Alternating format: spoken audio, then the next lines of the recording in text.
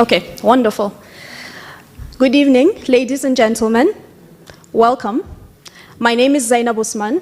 I am the director of the Africa program at the Carnegie Endowment for International Peace.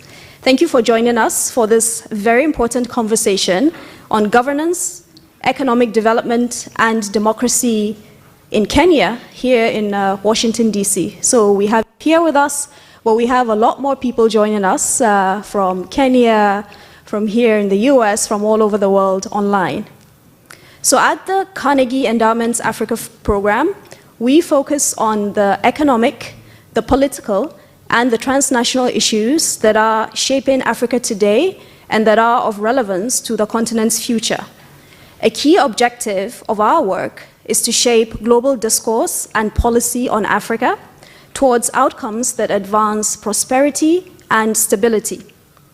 We aim to achieve this objective by facilitating meaningful dialogue between African stakeholders, be they policymakers or scholars or thought leaders, and their counterparts here in the United States, but also in global capitals.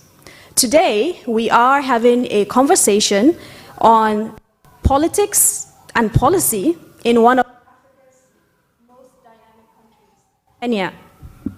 The Republic of Kenya is one of Africa's most prominent democracies.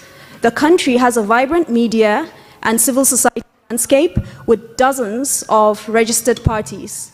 With a GDP of $98 billion, Kenya is the sixth largest economy in Africa, and it is certainly the largest in the sub-region of East Africa. In fact, until the COVID-19 pandemic struck, Kenya was one of the continent's fastest growing economies, with an average annual economic growth rate of nearly 6% between 2010 and 2018. Kenya recently reached lower middle income status within the 21st century and has a diversifying economy with a thriving tech startup scene. It has pioneered mobile money. We all have heard of M-Pesa, for example. It has tourism, horticulture, agribusiness, and other industries. As a result, the Kenyan economy is quickly rebounding compared to a number of other African countries from the COVID-19 shock, with growth in 2021 rising above pre-pandemic levels. Of course, challenges of poverty and inequality remain, as with many countries around the world. And abroad, Kenya is a member of the East African community, as well as the Common Market for Eastern and Southern Africa. The government ratified the African Continental Free Trade Agreement in 2018, and Kenya currently occupies one of the 3 non-permanent member seats from Africa at the United Nations Security Council. I think we're all aware of the strong statement given recently at the UN Security Council from Kenya. Kenya's relations with the United States are expanding and deepening, and in 2018, this bilateral relationship was elevated to a strategic partnership built on 5 pillars: economic prosperity, defense, democracy and civilian security, multilateral and regional issues, and public health. It is an honor, therefore, to host this important discussion with our distinguished guests today on governance, economic development, and democracy in Kenya, in East Africa, and indeed the rest of the continent. So we have with us today His Excellency William Ruto, the Deputy President of the Republic of Kenya. We also have with us today US Congress member Representative Karen Bass, who is a member of the US House of Representatives. But before I go any further, I am delighted to mention that we have in our midst today the President of the Carnegie Endowment for International Peace, Mariano Florentino Kea. And before joining Carnegie quite recently, Tino Kea was a Justice of the Supreme Court of California. He was also a Stanley Morrison Professor at Stanford Law School and directed Stanford University's Freeman Spogli Institute for International Studies. He has also served 2 US presidents in a variety of federal government roles, including as the first special assistant to the President of Regulatory Policy in the Obama administration. So Tino, over to you. He's joining us virtually from California. Thank you, Zainab. It's really a pleasure to be here today. I'm sorry I can't be there in person. We are very happy to do this event and to host Deputy President William Ruto. Very happy also to welcome my fellow Californian, Congresswoman Karen Bass of the City of the Angels. No doubt this event will break some new ground, but it's also a great example of the tradition we have here at the Carnegie Endowment, where we enable dialogues about global policy with the people making crucial decisions. I want to take 3 or 4 minutes to give you some context about why events like this matter to us so much. First, Africa matters enormously in a changing world. It matters for economic well-being, labor, civic life, climate, geopolitics, and security.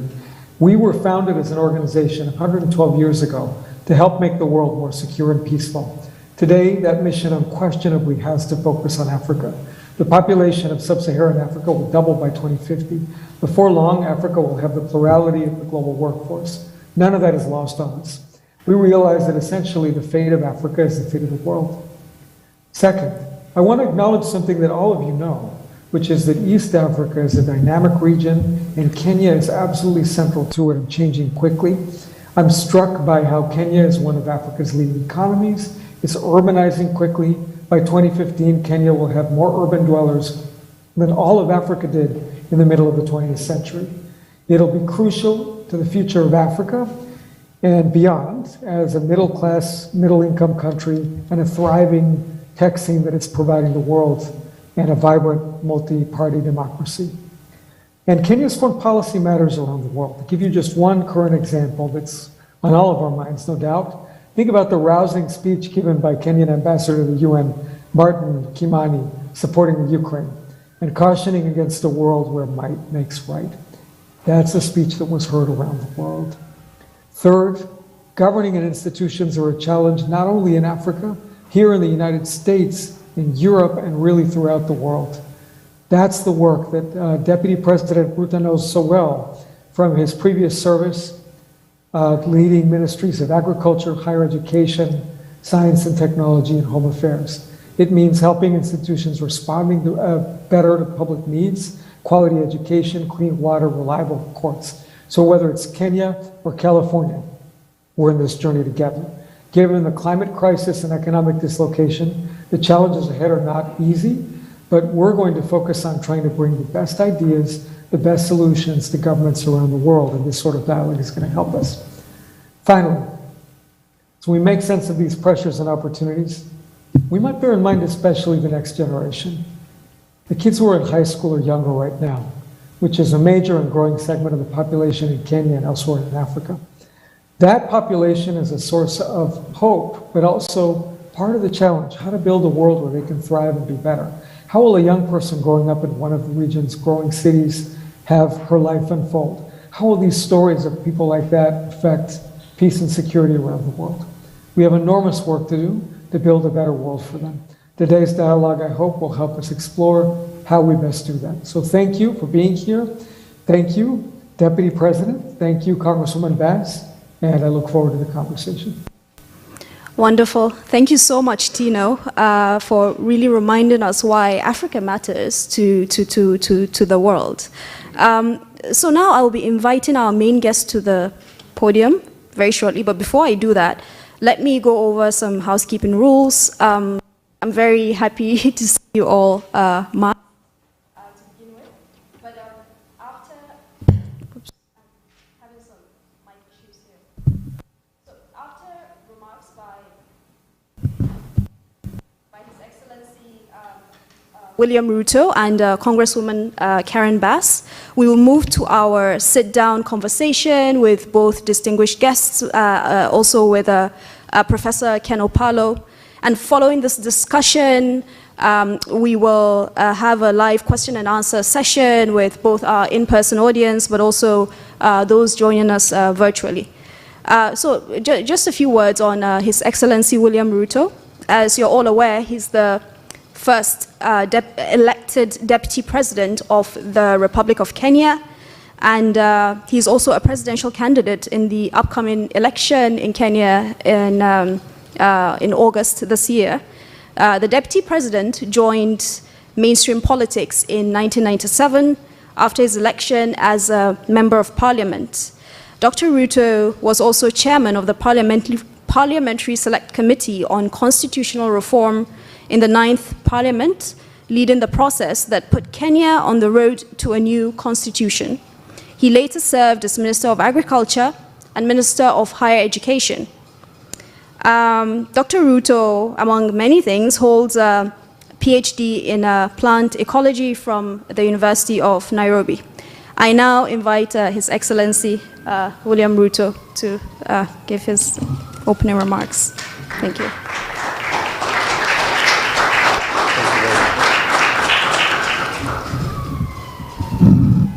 Thank you very much, Madam Osman. Distinguished ladies and gentlemen, good evening. Let me take this opportunity to first thank Carnegie for giving us an opportunity to engage with the stakeholders, policymakers, decision makers, and other public institutions in a conversation about Kenya, about our region in East Africa, and hopefully we will also have a conversation about our continent. I want to, in a very special way, thank my team for putting this together and for Carnegie for providing the platform for us to have this conversation. I am looking forward to sharing my thoughts and perspectives on what I think should be in Kenya and in our region. I am looking forward to sharing my ideas on the next political dispensation in our country. I am looking forward to sharing our thoughts on what contributions Kenya can make in the global stage. I think the statement by Ambassador Kimani on the status in Ukraine is the consummate position of the government and people of Kenya, recognizing that we live in a global village where we share same space irrespective of what countries we come from. We share the same principles and tenets of human rights and democracy and the rule of law to which we all subscribe. I am delighted that I will be having this conversation at the cusp of a very determinate and a transition election in Kenya. I know we have many friends across the globe who want to know how well we are and how prepared we are for that election. From the position I sit, I want to assure all our friends that Kenya shall continue to be a free country, a democratic country, a peaceful country. And before and after the elections, that will continue to be the case. We are all determined to make sure that this election is not about what is in it for leaders only. It's going to be about what is in it for the people of Kenya. And the people of Kenya will be making choices informed by the body of information that's available to them. First and foremost, what is critical to the people of Kenya in this election is our democracy and the importance of Kenya being a nation governed by the rule of law, constitutionalism, and building on are passed to complete our democratic transition. Many of our friends know that there have been attempts at trying to reverse the gains we've made as a nation. There have been attempts to try and bring back an imperial presidency, to try and bring back an unaccountable executive, and to try and undermine the independence of the judiciary and the independence of the oversight role of Parliament. It is against that background that many people in Kenya and many friends of Kenya will be watching this election very keenly. Many of our friends will also be looking at how best we create an inclusive society, because inclusion forms the basis of stability. Threats to stability comes from feelings of exclusion politically, and exclusion economically. My team and I will be canvassing the country to make sure that we not only have a robust, broad-based political coalition that ensures that inclusivity is at the center of this election, but like the people of this great country, we've all learned that the trickle-down economic model has benefited fewer people than it was intended. And as a result, the bottom-up economic model is the new model that we want to work on to create broader prosperity, more inclusivity that leaves nobody behind. Kenya is not only a player in the East African community, we are also a robust player in the Africa Continental Free Trade Area, and our contribution and thoughts around regional integration, as well as our strategic engagement with the United States of America as part of our international engagement will inform some of the discussions we will be having this afternoon. I do not wish to say more than that, maybe just to introduce the people in my delegation. I have my dear wife Rachel here with me, and then I have His Excellency Honorable Musalia Mudavadi, who is our former Vice President, who will come along as my colleague. And then we have the rest of the Kenyan delegation. I don't know whether I will ask them to stand up, the rest of the Kenyan delegation. Thank you very much. Thank you. Thank you very much. Just in the interest of time, I would have mentioned all their names, but I think in the interest of time, let's leave it at that. Thank you very much.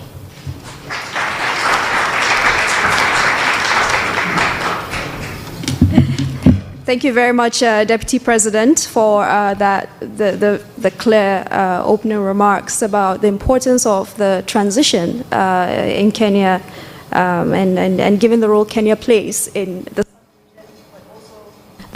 the rest of the continent.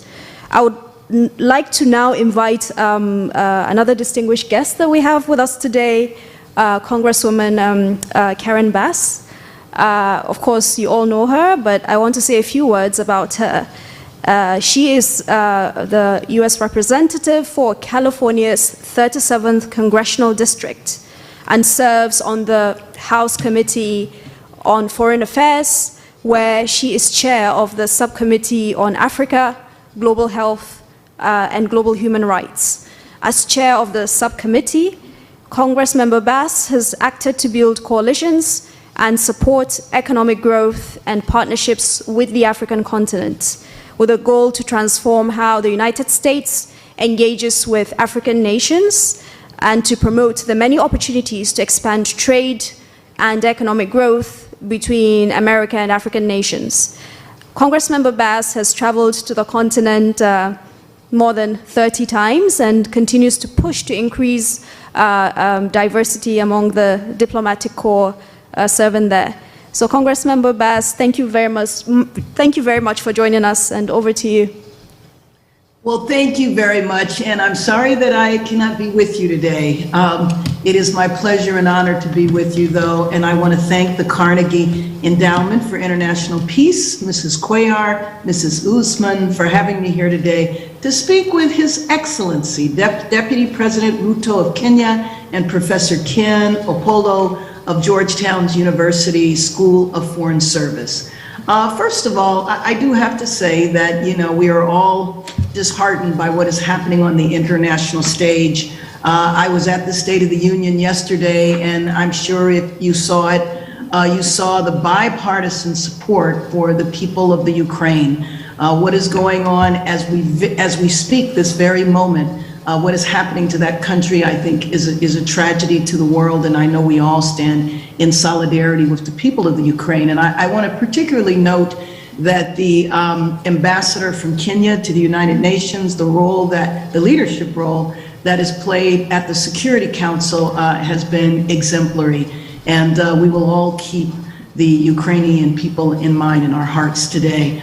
Also, a little concern, you should know, on behalf of the Congressional Black Caucus, as we have watched African students and other African people as they try to leave the Ukraine. And I know that our chairman of the Foreign Affairs Committee will be flying to Poland this weekend, because we want to make sure that all of the people who leave Ukraine are able to leave Ukraine safely and are welcomed. So I just wanted to, could not neglect to begin on that note.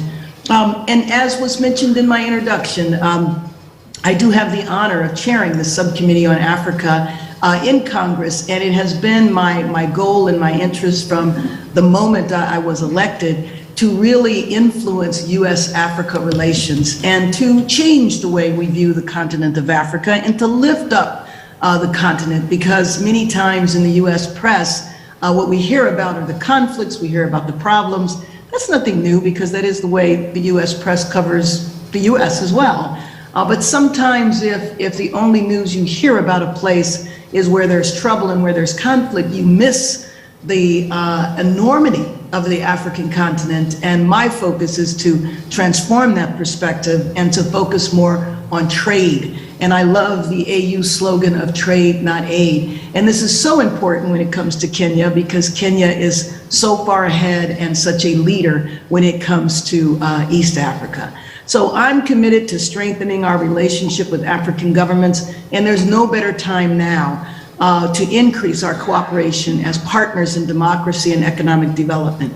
Kenya has shown tremendous dedication to these principles as the strongest East African economy, and a country that has tirelessly demonstrated its dedication to advancing democracy. And of great importance is the preservation of election integrity, strengthening democratic governance, and I know you have an election coming up soon. I had the honor of being an observer at your last election. I wish I could again, but I'm sure that it will be a positive and peaceful one. And both of our countries, frankly, are facing challenges. We have our challenges here in the United States. You wouldn't think that we would, but fighting for the right to vote, even here in the United States, is something that is very high on the agenda of many people here. And Kenya's role in managing regional conflicts and protecting human rights and extending trade and investment opportunities, Kenya has been a leader in all of these efforts, and I applaud Kenya's leadership. Kenya's leadership in the African Union as well. We recently did a resolution, we passed a resolution wanting to strengthen the U.S. ties with the African Union, and particularly excited about the continent trade agreement. And one of the things that we want to look at, and maybe the Deputy President could help us explore this, are there ways for the United States to help in terms of the development of the trade agreement between the African countries. I know that the Deputy President is aware of our commitment to AGOA. We know that AGOA is going to expire in the next few years. And so now is the time to examine, I want to see AGOA reauthorized, but what do we need to do to strengthen AGOA? And what can we do to strengthen trade between African countries? Because one of the challenges that many African countries have, not Kenya, but many African countries have, is their markets are too small to really do business with the United States. But what I am hoping is with the regional economic communities and countries partnering and strengthening the continent-wide trade agreement, that might allow many countries whose economies are not as large as Kenya to be able to trade and reach the scale that would be able to facilitate that trade with the United States. So hopefully we can look at how we can contribute to the development of the Continental Trade Agreement, but also we can contribute in preparation for the reauthorization of AGOA. Kenya is an AGOA standout as one of the leading exporters to the United States, and virtually all of its registered products receive duty-free status. These exchanges benefit both countries, and I certainly want to see that continue. Another area that I've paid particular attention to and have been so excited by is the YALI program that was started by President Obama, the Young African Leaders Initiative. We have fellows that come to the United States every year. Of course, the last couple of years it's been virtual, but this year we have one of the fellows that is working with us in our office. And I think that's one of the most important programs that we have. I would love to know the Deputy President's view of that as well. So I'm working on legislation right now that is passed out of the House and is in the Senate. And that legislation is to make YALI a permanent program. And that means we want to pass a law to say that YALI will continue. Right now it continues with the discretion of the US, but I don't want there to be discretion. I want it to be permanent. One of the things that I have enjoyed every time I go to the continent is I meet with YALI fellows in every country. Last year I was in Angola and Namibia and met with the YALI fellows. And one of the things that I think is the most exciting about the initiative is that it allows young Africans to get to know each other from different countries. And they often always comment that they wouldn't have had an ability, a venue, a reason to actually interact with Africans from other countries. And YALI provides an opportunity to do that. And YALI's, creating a community that I hope that we continue to do, because to me that just strengthens our relationships and move us away from a relationship of aid and charity that I believe that the African countries are long past. Now I know that everybody has taken a big hit because of COVID, and I was excited last night when the president talked about increasing the export of vaccines on the continent. I don't think that the world has stepped up to the extent that the world should have. So I was happy that we are going to increase our export. I'm also happy that a US citizen who was formerly, he was actually born in South Africa. He's Chinese, and he is a resident of Los Angeles, and he has gone over to South Africa where he was born, and he set up a manufacturing plant for COVID vaccines. And that's the way I think that we have to think about the future. It's not always, yes, right now, because we're in a pandemic, we need to export the vaccines. But the more important point is for African nations to have their own capacity to develop vaccines. And we need to share the technology. When you're talking about life and death, we can't be so parochial. We have to understand that this is an international issue. And so I'm looking forward to us moving and developing, and I'm hoping that the manufacturing plant that Dr. Patrick Sunshun is developing in South Africa can be replicated in many different countries. Well, Africa's, initiatives like Kenya's Vision 2030 that works toward democratization, industrialization, and sustainable practices, which aims to uplift the people along with the rest of the economy, I think is, again, just another example of Kenya's outstanding leadership. Kenya's economic projection for 2021 exceeded your own government's expectations, which I think is a really big deal considering the environment of COVID. And my office and the Biden administration are committed to strengthening our bilateral relations with African countries, and will continue to show our support through diplomatic relations and legislation. I look forward to the discussion this evening as we hear more from the Deputy President and experts from U.S. institutions. And once again, want to thank the Carnegie Endowment and Georgetown University for the opportunity to speak with you today. Thank you very much.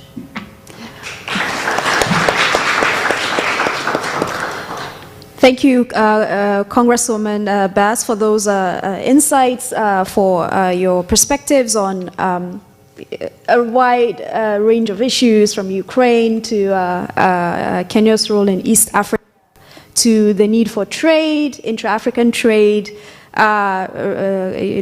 thinking about what comes after AGOA and young people, YALI, and all of those important initiatives. We'll now have a more expanded conversation on governance, on democracy, on economic development in Kenya and abroad. And I would like to begin by inviting Deputy President Ruto to have a seat at the podium. And then I would also like to invite my very good friend, Professor Ken Opalo, from Georgetown University, who will be leading this conversation. Ken Opalo, I'm sure a lot of you know him, is an assistant professor at the Walsh School of Foreign Service at Georgetown University. His research expertise includes legislative development, the politics of service provision under decentralized government, education reforms, and emerging democracies. He is widely published, including in journals such as World Development, Journal of Democracy, and a couple of others. So, Ken, over to you, and I'll be joining you as well.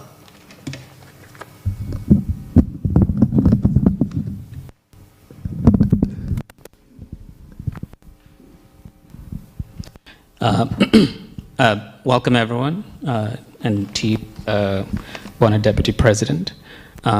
So we intend to have a free-flowing conversation, and Zainab and I will pose questions, and then at the end we'll open it up to the audience to pose questions as well. I'll begin with a structural question on the Kenyan economy. So, as you said, this August election will be a pivotal election in many ways, and one of the ways in which it will be pivotal is the salience of economic issues in Kenya, especially when we think about the youth, when we think about agriculture, and the need to restructure the Kenyan economy.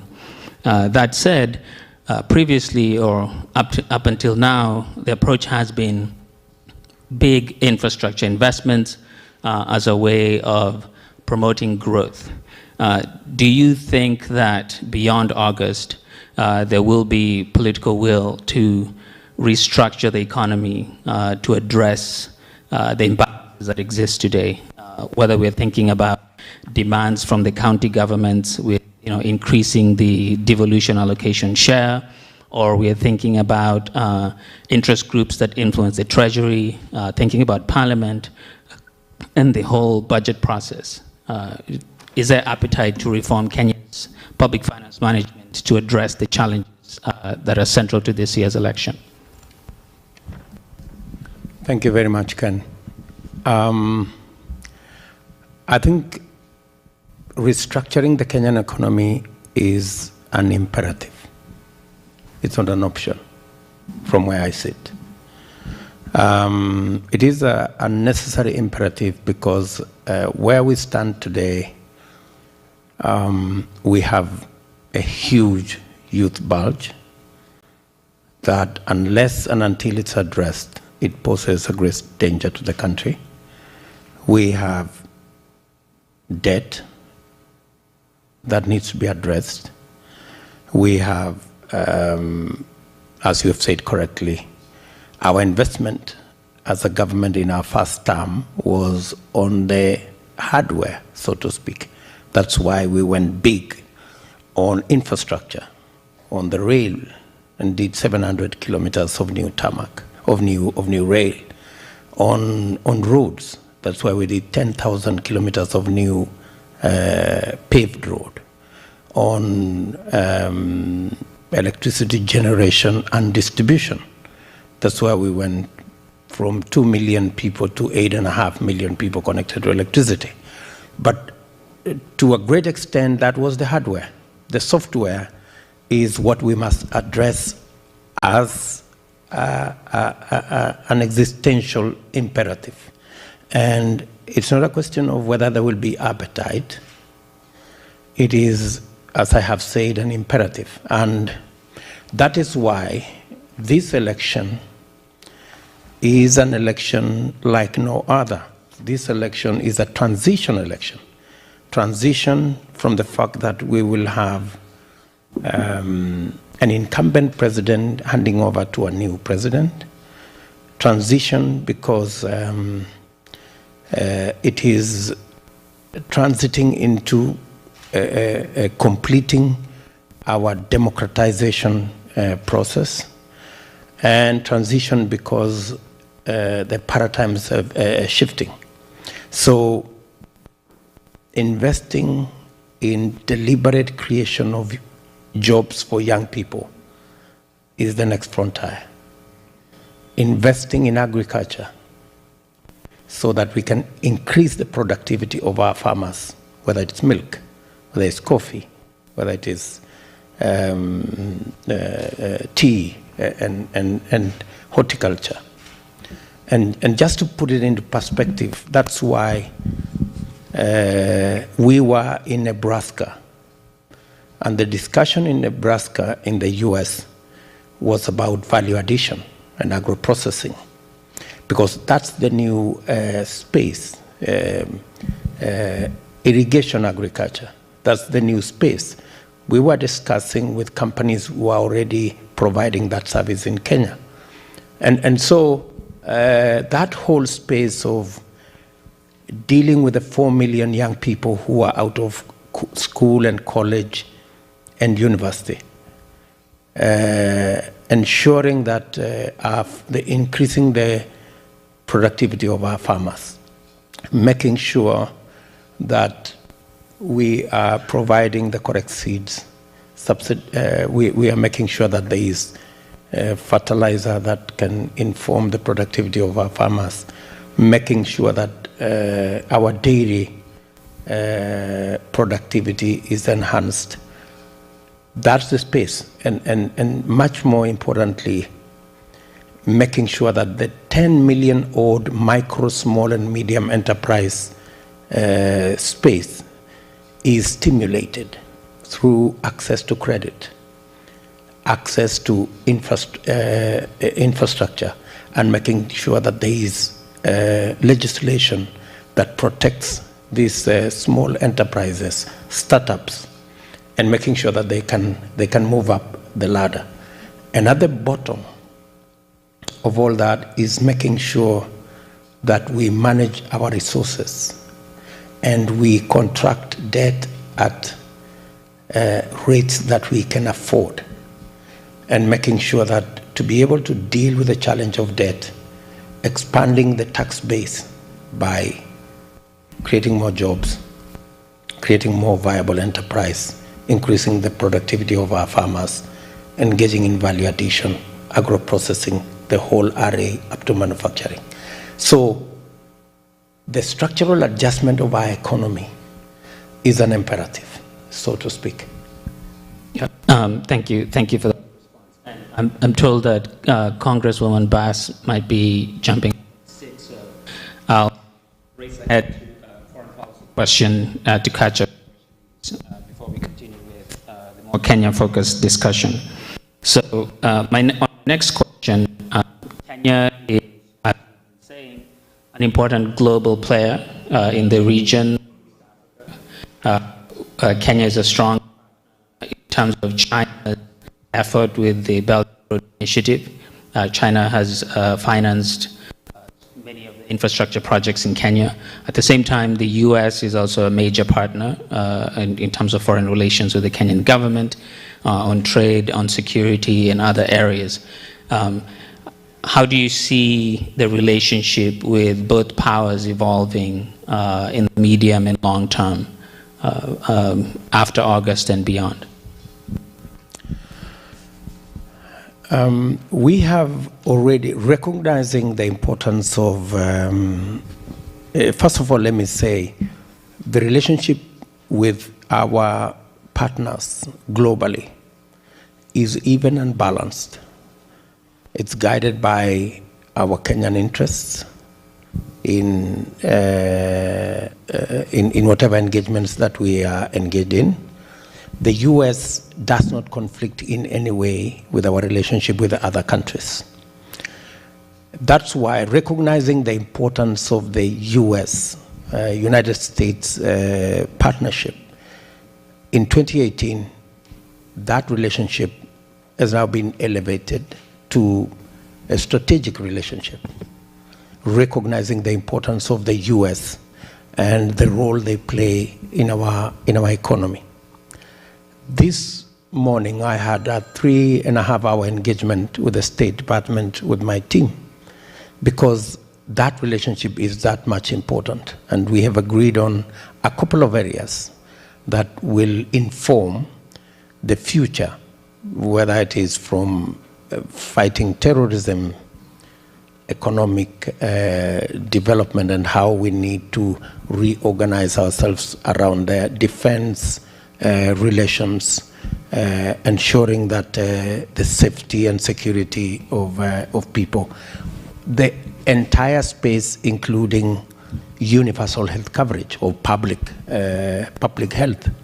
So our relationship with the US is robust, it is strategic, and for your information, the many areas that are of focus to us going forward, whether it is investment in labor-intensive infrastructure development, like housing. We have partners already concluding discussions from the US that they will support our job creation infrastructure initiatives. We have a robust engagement with the US on the single most important item in public health, universal health coverage. In fact, it's among the 5 top strategic areas that we are building a relationship with the United States. So we do not think we can say it is the US versus any other country. The US have a special place in the relationship with Kenya. Let me quickly come in and bring in Congresswoman Bass. I'm sure you have comments and remarks before you have to step away. Yes, and let me say that I appreciate the Deputy President talking about the special relationship between the United States and Kenya. And then in terms of the United States, of course, you know, the African American population, because we do not know our history in terms of where we come from in Africa. We know that our ancestors were from the continent, but we don't know from where. So we kind of have this tradition in the African American community of we claim the entire continent of Africa. And so it's extra special, not just the US as a whole, but especially as a Black American, and I appreciate that. You know, one of the things that often comes up in Congress is raising concerns about China's role in Africa. And I certainly know that, you know, it is a mixed bag. But whenever that comes up, I always emphasize the United States needs to step up more. If we're critical of what another country is doing, then why don't we step in and do what it is that they're doing? So that is my focus and my emphasis.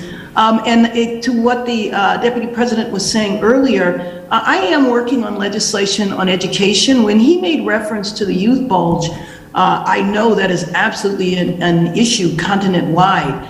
And one thing that I would love to hear from the Deputy President as this goes on, I do have to jump, but my staff is paying close attention, is what we could do. We're working on legislation now to help strengthen educational opportunities in many countries, but obviously my focus and emphasis is going to be on the continent. And if there are suggestions or ways that the Deputy President thinks that we could be helpful there, or in strengthening the trade agreement between the nations in Africa, we would be very interested in knowing, always wanting to improve the role that the United States plays on the continent. And then finally, let me just say to the Deputy President that I wish him well.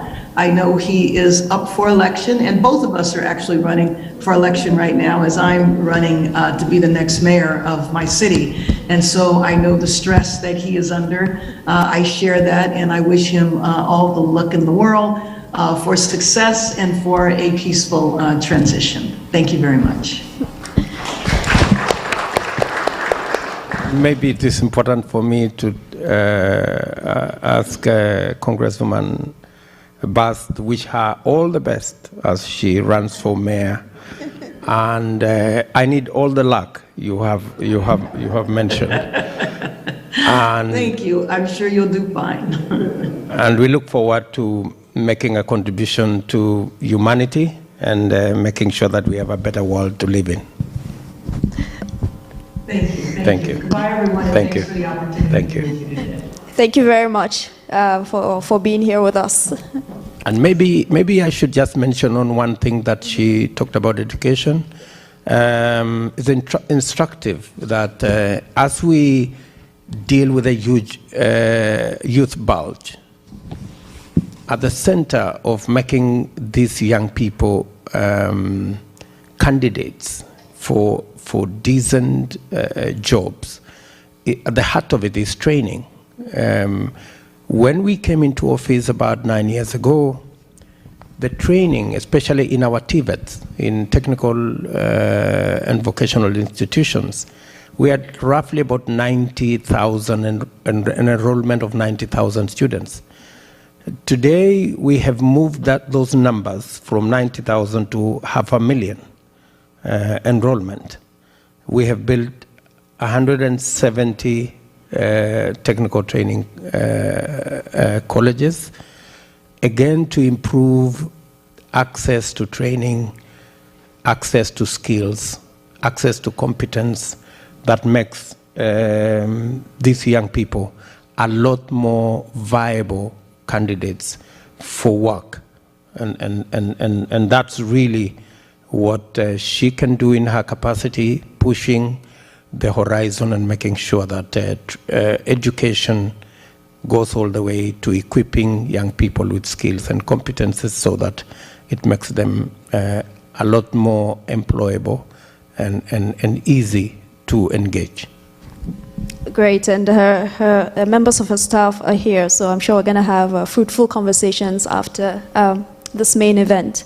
I wanted to come back on the point about elections, and I think it's kind of an issue that we're all dancing around. You are one of the leading contenders in the upcoming presidential election in Kenya in August.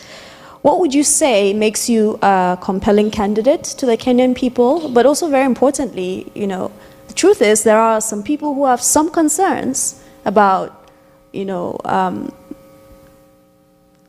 whether it's issues around integrity or incidents in the past. So how would you respond to those concerns that people have? And some of them are quite, you know, they're quite valid. So how would you respond to those concerns that they have?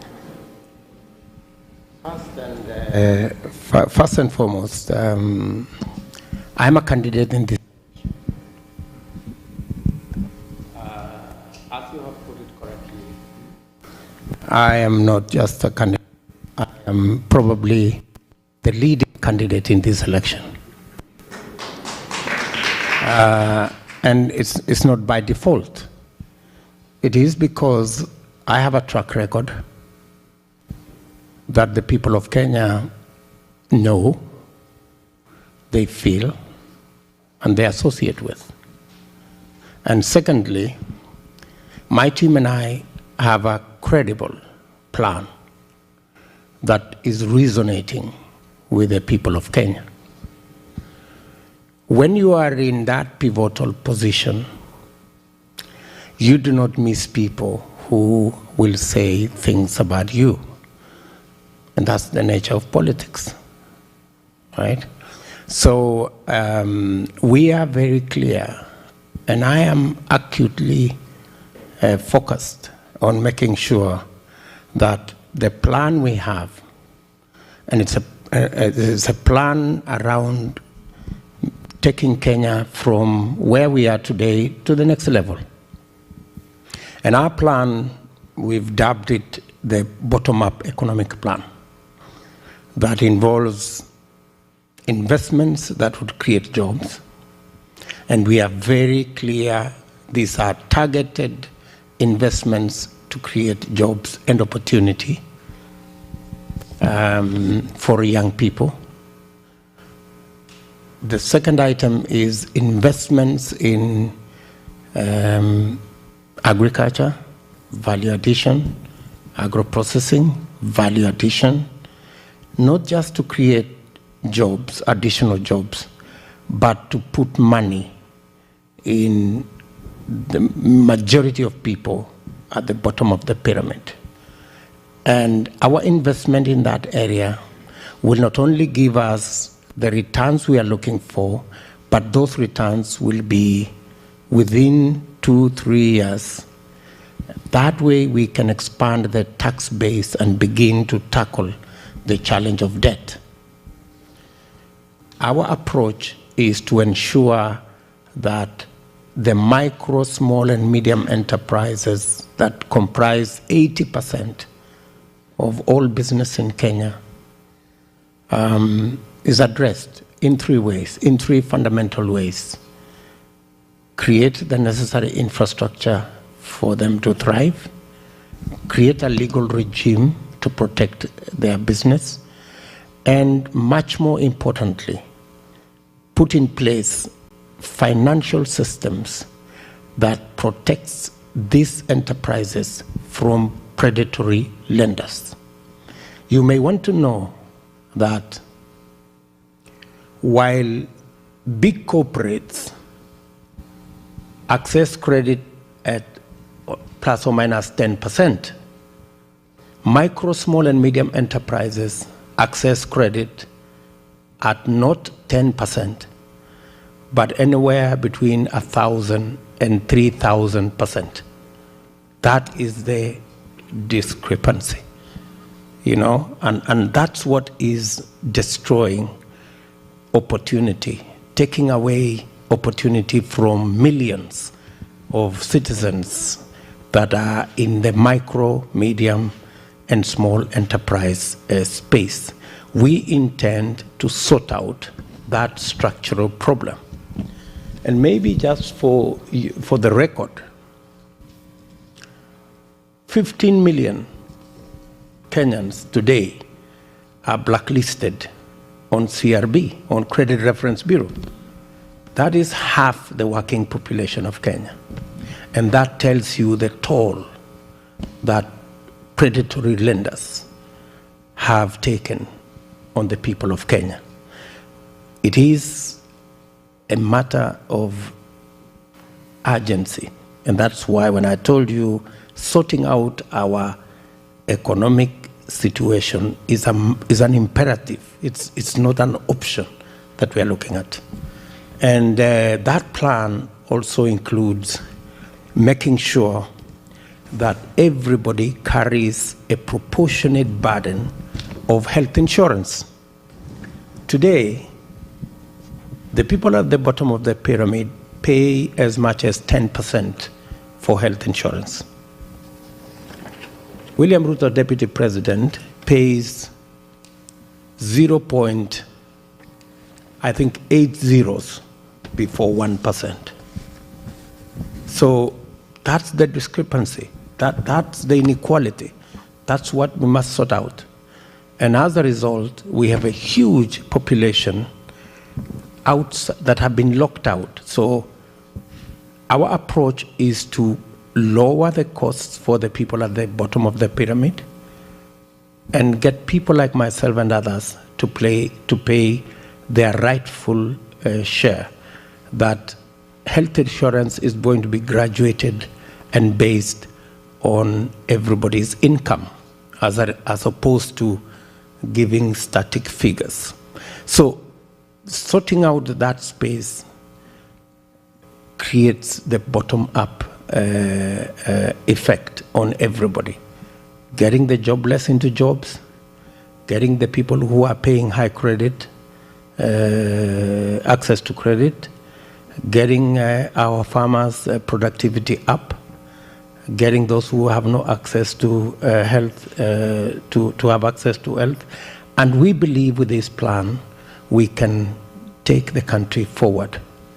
Let me speak to the last item that you have mentioned on integrity. Integrity is an important subject in this election. Accountability, the fight against corruption, is a very important subject in this election. And speaking about integrity, our position and my personal position is that we must have an accountable government. We must have accountable public officials.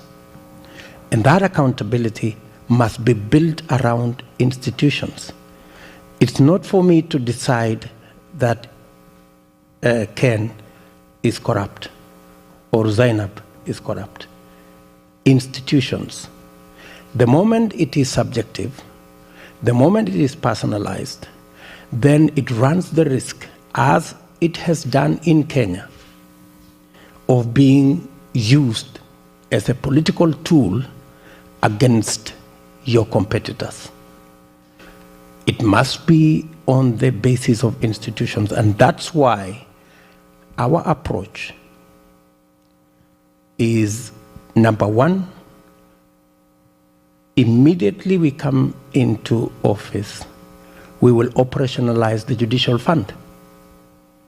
Operationalizing the judicial fund, which is in the Constitution, but has deliberately not been operationalized because there are people who want to continue to use the war against corruption as a political tool against their opponents. That's why they do not want to operationalize the constitutional institutions that would actually do the fight against corruption effectively. So operationalizing the judicial fund will do three things. Number one, it will give the resources to the judiciary to hire the men and women who can then prosecute cases. Number two, it will give them the opportunity to build the software and the training of those people. And number three, it would make it that much more easy to determine cases within the shortest time possible. For your information, it takes anywhere between 10 and 15 years to prosecute one case, one corruption case. That's why I think it's correct for people to say justice denied is justice delayed is justice denied.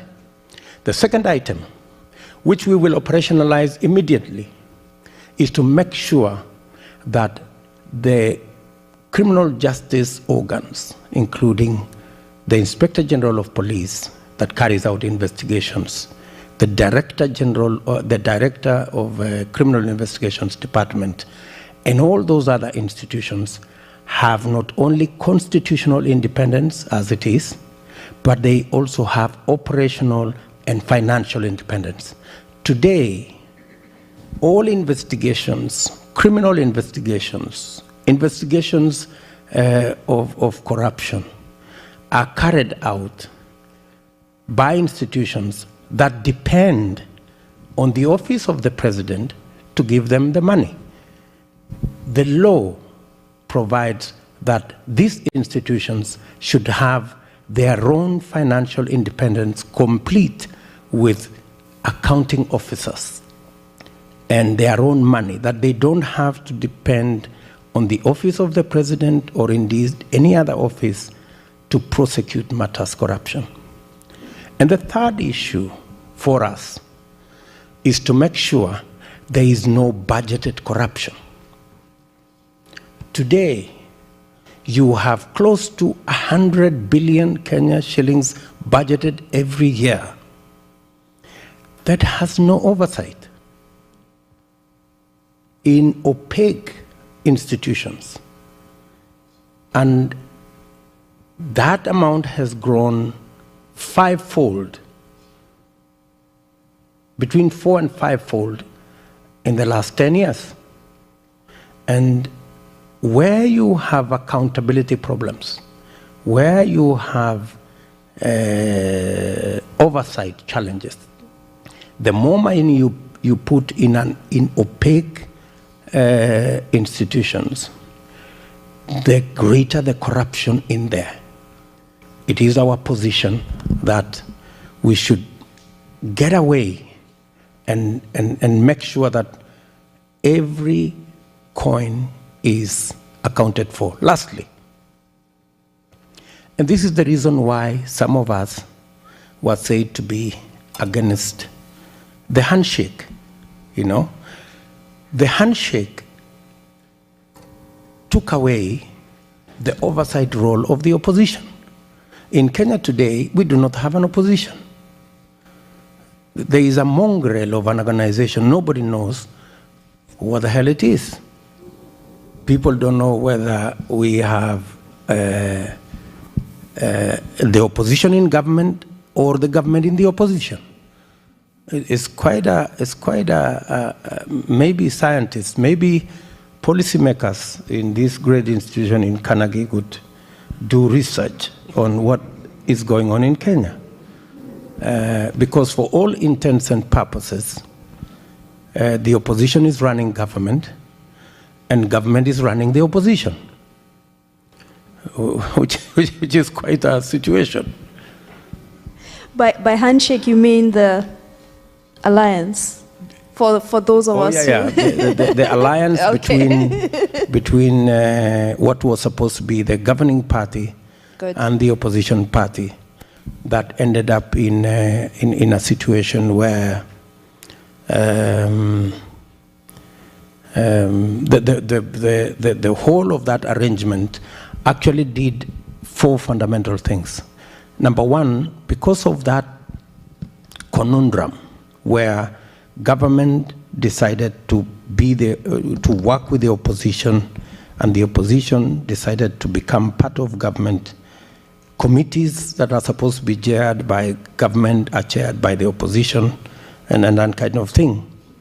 What happened?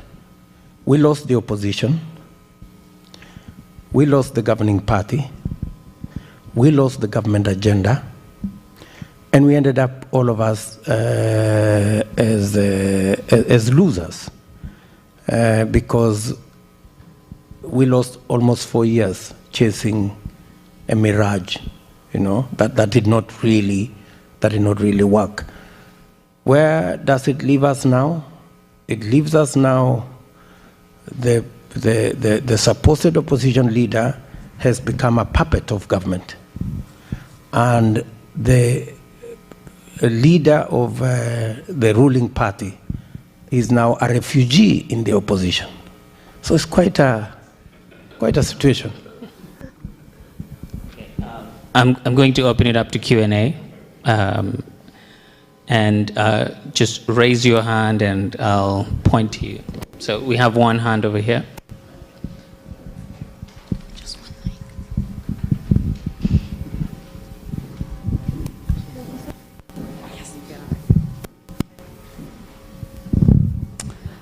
Thank you to Zainab, and thank you to Zainab and the Carnegie Endowment for this great session. So I have a quick question, and my question is,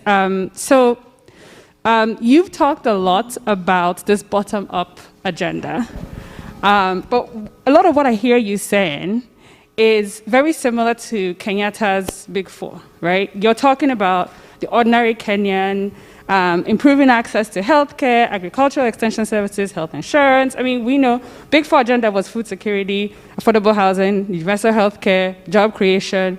So what exactly makes your bottom-up agenda different from either what we've seen over the last 9 years or what the other opposition candidate, well, previously opposition candidate, Raila Odinga, would do, right? What exactly, can you just kind of flesh it out for us? What exactly would be different in your policy? Thank you. Can you also introduce yourselves when asking the questions, please, and make the questions brief because we are running out of time. My name is Amaka, and I run the Africa practice at a global political risk advisory firm called Eurasia Group. Thank you very much. Yeah. Sorry. Okay. Your Excellency, we'll take a few questions. Okay. Yeah.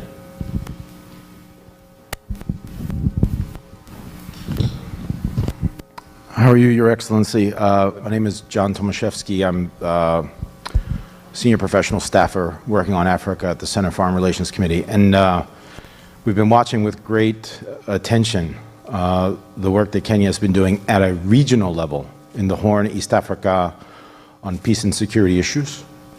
And I'd like to hear a little bit about your views, whether it be Somalia, Ethiopia, Uganda, East Africa community, just how you see yourself, should you be elected president, playing a role in that space. Clearly, American foreign policy is shifting very hard towards depending on Kenya, looking towards Kenya, not only as a peacemaker, but as a security partner anyway. So we'd love to get your perspective on that. So we'll take those two questions, and Your Excellency, on the second question, I'd also like to speak to the impending inclusion of the DRC into the East African community, what it means for Kenya. Thank you.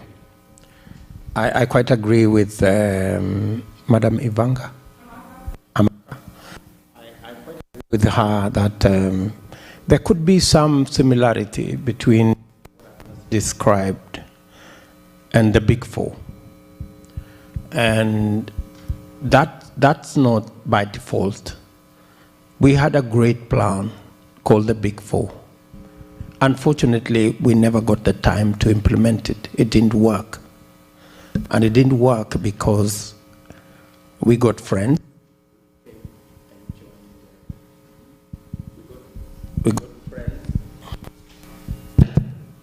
We got friends who came and joined.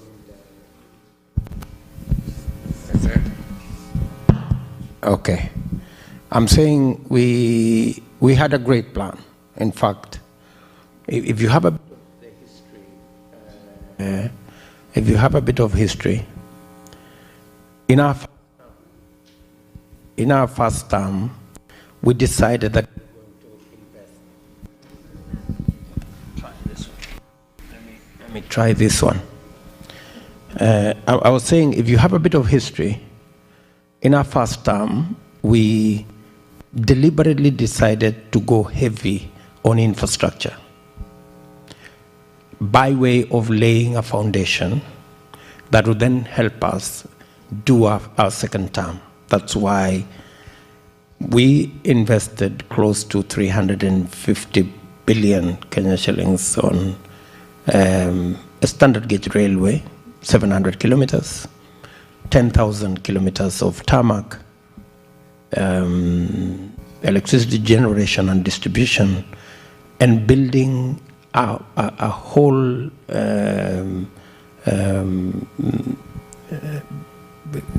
stage of training using our technical training colleges.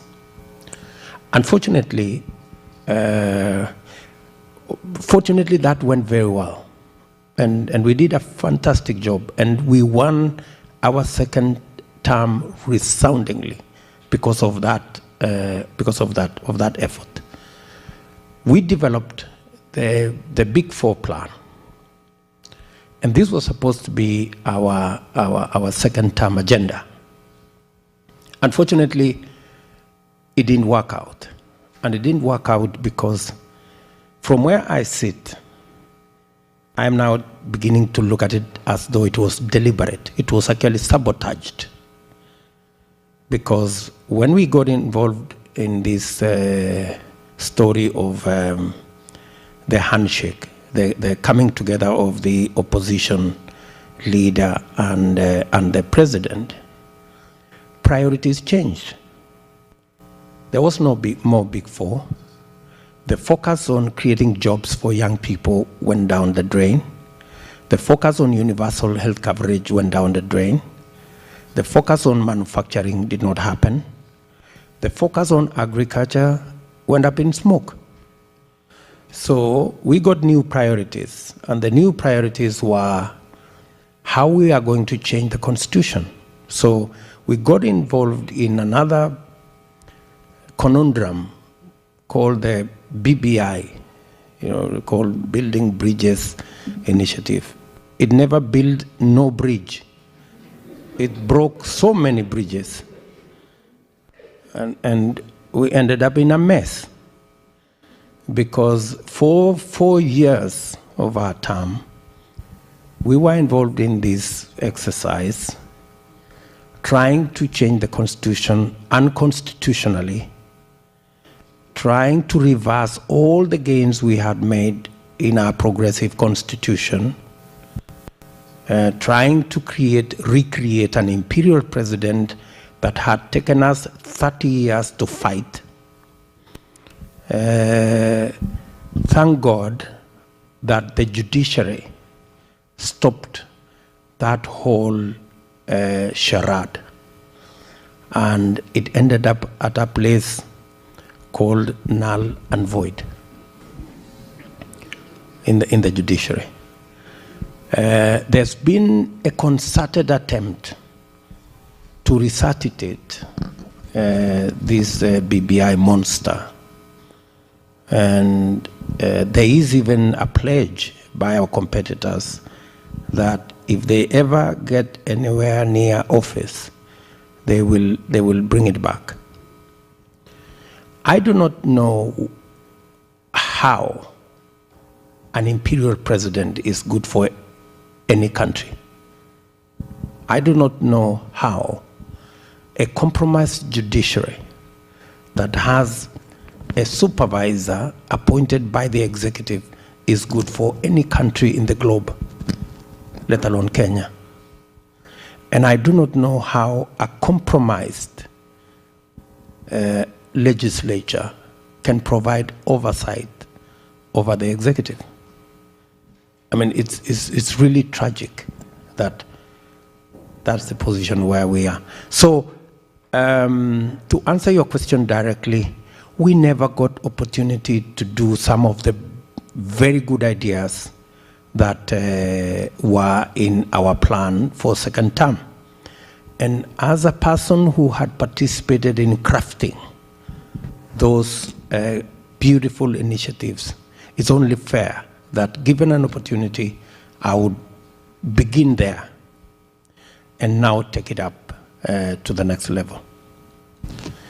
And maybe to respond to my good brother, we are looking forward to the Democratic Republic of Congo joining the EAC. Democratic Republic of Congo is a very important partner with a 90 million population.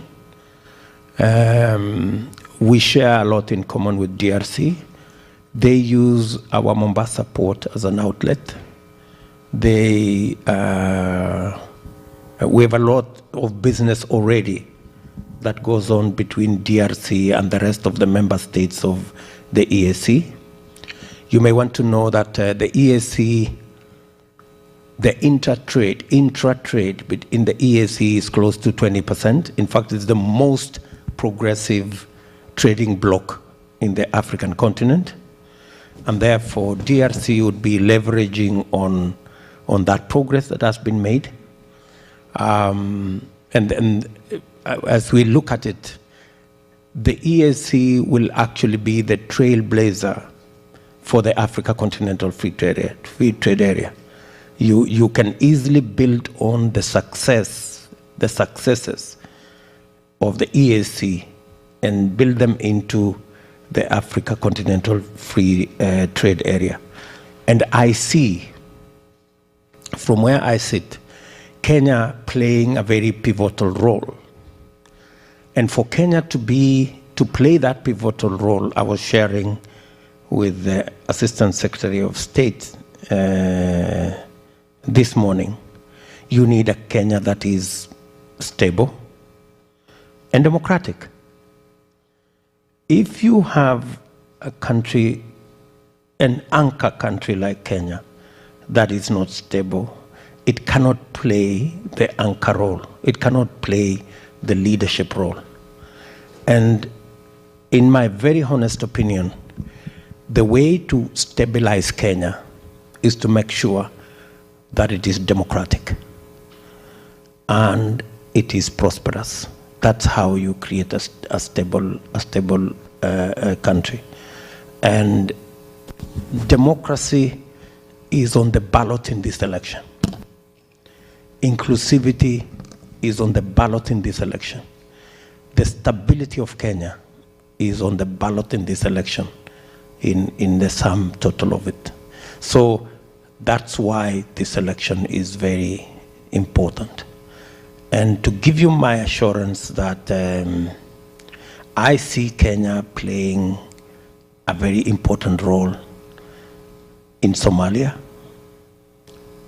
in South Sudan, in terms of regional peace. But I also see Kenya playing a very important role in the EAC economically and the Africa Continental Free Trade Area economically. That will be really the impetus that Kenya can give. I think with that, unfortunately, we have to stop because we're already out of time. If you have any questions, you can, I'm sure His Excellency and his team will be around, and you can get answers in person. Thank you very much, Your Excellency. Thank you, Ken. Over to you, Zainab.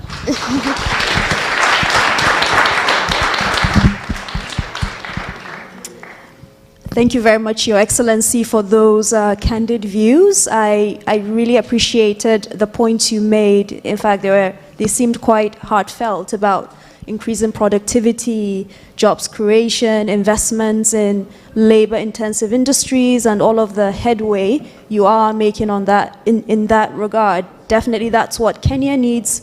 That is also what a lot of African countries need, frankly, given that it's a continent in which we have 13 to 15 million people joining the labor market every year in need of jobs.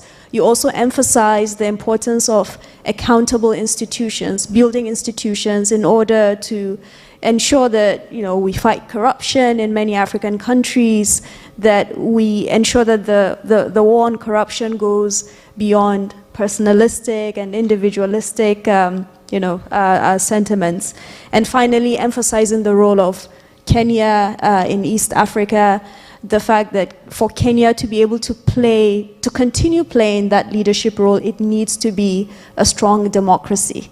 So, these are the conversations that we are here to facilitate at the Carnegie Africa program, to ensure that, Africa's important countries, every country on the continent is important, but Africa's anchor countries have the opportunity, these platforms, to showcase the ideas that they have, initiatives, and to foster meaningful global partnerships that can help advance those initiatives that can bring prosperity and stability to the vast majority of Africans.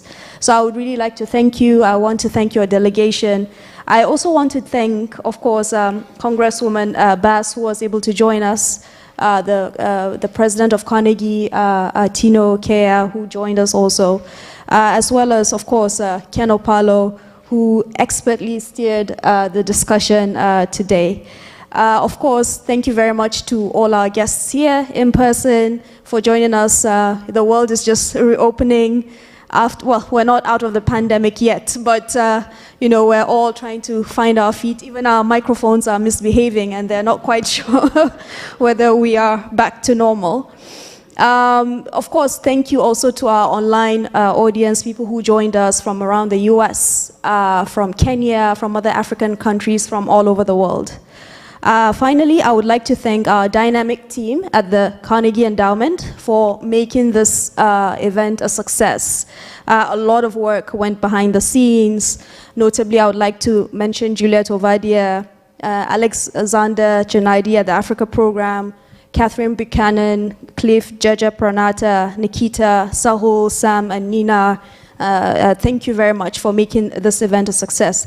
And then one final thing before we leave, do feel free to hang around. We have some refreshments The Deputy President and his team are willing and really looking forward to engaging with you all. So have a lovely evening, ladies and gentlemen.